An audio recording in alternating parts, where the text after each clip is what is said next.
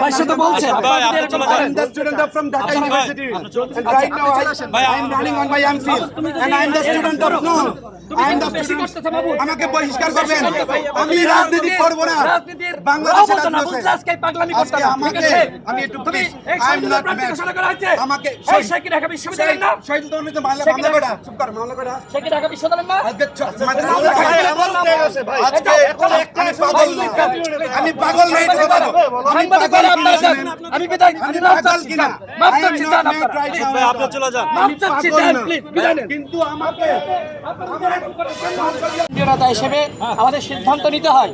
তো মাহফুজ ঢাকা বিশ্ববিদ্যালয়ের ছাত্র ত্যাগী নেতা, সে তার নিজ এলাকা থেকে ইলেকশন করবে। এই জন্য আমরা তার আসনটি এখন, যেহেতু সে একটু মানসিকভাবে অসুস্থ, আমরা এখন তার আসনটি ঘোষণা এখন করি নাই। আমরা শীঘ্রই তার আসন ঘোষণা করব। সাংবাদিক ভাইরা তার বক্তব্য নিয়েছেন, আমার বক্তব্য নিয়েছেন। ভাই রাশেদ ভাই আপনি ওনাকে পাগল বলতেছিলেন উপরে কেন আমি বলছি যে আমি বলছি উনি কি আসলেই পাগল? পাগলামি করো না ভাই, থামো তুমি। আমি বলছি যে পাগলামি করো না, এটা স্বাভাবিক একটা ব্যাপার না। স্বাভাবিকভাবে সেই হিসেবে বলছি যে সে পাগলামি করতেছে।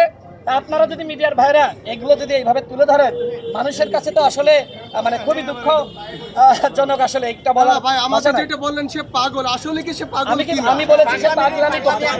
পাগলামি আর পাগল এক না।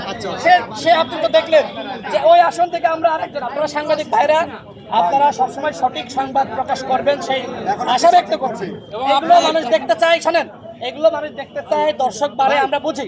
কিন্তু এই ধরনের সংবাদ আপনারা দেখছেন, এগুলো আসলে প্রকাশ করলে মানুষ আসলে বিভ্রান্ত হয়। আমরা আজকে আপনাদের অনুরোধ করছি যে এই সংবাদ শেষ হয়েছে, আপনারা কাইন্ডলি শেষ করুন।